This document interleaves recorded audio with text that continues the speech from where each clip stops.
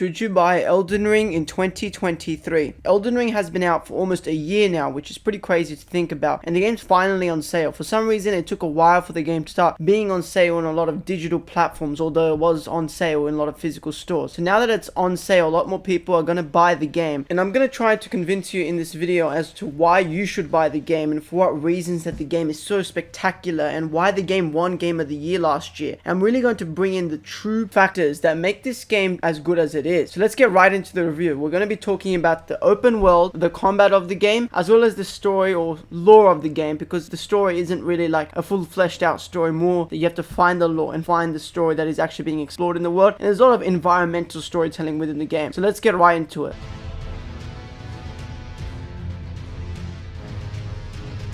Firstly, let's talk about the combat of Elden Ring. Elden Ring's combat has to be one of the best factors of the game overall. The combat here is absolutely fantastic. Why I personally think that the combat of Elden Ring is so fantastic is due to the versatility of it. There's so much flexibility to making different setups, classes, different weapons and setups and sets, or whatever you can do with the different weapons, armor and whatnot in the game, and blend all of these together to create completely different sets every time you verse a different enemy, and really mixing it up on every single playthrough. The combat here is so much fun to play. There's of course parrying, blocking, the normal soul stuff, but the way it's executed here, especially with the new running and jumping, as your character can now jump around, it's a lot more fun to play the game as there's so much more versatility in how you defeat different enemies. There's not just this one-sided thing that you could do to defeat a boss. There's so many different opportunities and ways to defeat a singular boss, and there's so many different examples of this online. As well as this, having the horses now that can run and do all these different things really mixes up the gameplay as well. There's a lot of horse combat in this game, and all of it is really fun. Some of it, yeah, you can cheese it though with the horse as well, but the developers made sure to make the bosses in such a way that you couldn't just cheese every fight or use your horse in an absolutely abusable way in order to get whatever you want in terms of fighting the boss easily or whatnot. However, the bosses here are absolutely fantastic. I've heard that the bosses here aren't as good as Dark Souls 3 or whatever else, the other Souls games, and I haven't really played those games. I currently own every From Software game. However, I actually haven't played any of them except some of Demon Souls and a lot of Elden Ring. And the reason that is because I just don't have the time investment in order to put into those games. However, I know that the boss designs and the way the bosses fight in the games are so utterly fantastic, and I found that in Elden Ring this is quite the case. There's so many mini bosses around the world, and some of them are repetitive, of course, like the cat that you'll see spinning around that doesn't really do much and is not really that unique. However, the main bosses are absolutely fantastic. There's so many different ways I saw to fight each boss, and the game really makes proper utilization of its combat and the different things that you can do with the combat in terms of changing different spells, accessories, armor, weapons, whatever else you want to do to make all these different class setups in order to fight all these bosses. And this versatility in the combat is what really makes the combat fantastic in my opinion. So if you're looking for some amazing combat, you're going to find that right here with Elden Ring. And the versatility and the flexibility of this combat is utterly insane. I don't think many games out there have such flexibility when it comes to the combat portion of the game.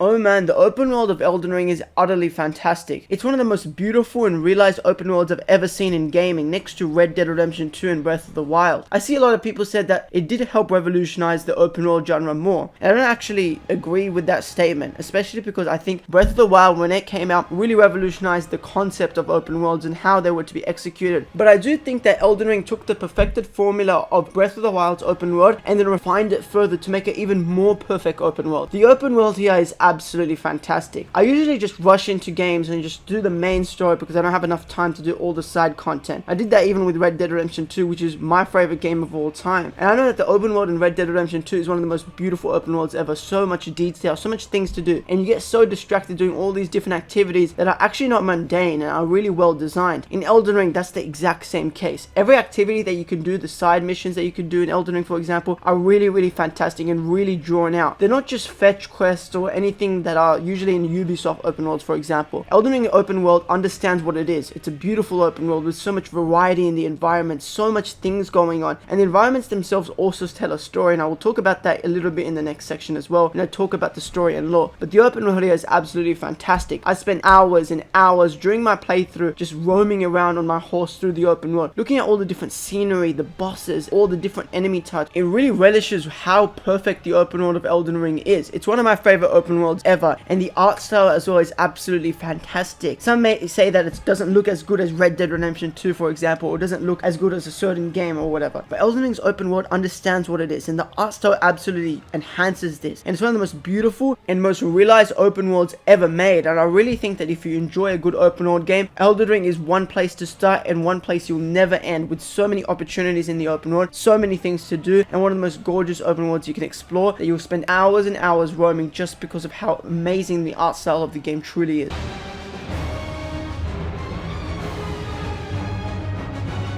Here I quickly want to touch base with the lore and the story of Elden Ring. A lot of Elden Ring's story is told through the open world and the atmospheres that the environments tell within the game. The story in Elden Ring, much like other Souls games, isn't one that is so straightforward. It doesn't just tell you what the story is. You have to find that story. And in a lot of ways, that's how it's so close to Breath of the Wild in the way that it utilizes its open world. In Breath of the Wild, the way that you discovered the story was not just during the main quest. It was mainly the open world that you explored and the atmospheres and the environments that you went through in order to see what happened to Hyrule during that time. And that's really where the story shined in Breath of the Wild, because the main quest itself isn't anything to write home about. But in Elden Ring and Breath of the Wild, the creators knew how to use that open world in order to sell the story that they wanted to tell. The story does have main quests, and you do fight all these different mandatory bosses in order to get to the last boss, in order to finish the game. And every game's going to have that, especially the Souls games. This means that a lot of the story that you're going to be finding is through all the different descriptions and notes and whatever else you find lying around in the open world, and exploring the actual things that the stories are talking about with all the different environments and locations that you go to. That's where the story truly is told. Going to all the different locations with all the different scenery and places and enemies and all this different lore that's within those locations is what truly tells the story of Elden Ring. Elden Ring's story doesn't shine in its main path. If you're just following the main path, there's nothing that you're going to truly find that really relishes anything that is fantastic. But when you go through all the different lore and the different environments within Elden Ring, that's where you're going to see that the story is really one of substance. The lore really is relished, and that the creators really understood what they were doing with the lore. The open world is the best facet of this. With all the different story that the open world tells, as well as the bosses and fighting them, you really find out what the story of Elden Ring is truly about. And that's one of the best aspects of the game. The story in Elden Ring isn't just spoon-fed to you, and you're going to have to discover that story yourself. I can see that some people, such as myself, at first wouldn't like that type of storytelling. They just want to see the story, see the characters, see the dialogue, and see the story that the creators are trying to tell without any other fiddling going around. However, Elden Ring really brought home this idea that the story doesn't have to be told through the same dialogue that every video game uses. Instead, the way that it utilizes open world, much like Breath of the Wild, truly makes a fantastic world and lore system that really gets you into the characters, the bosses, and all the different backstories within the game. And it's one that you're really going to enjoy if you have the time to delve into how spectacular the story and lore of Elden Ring truly is when you really get into it.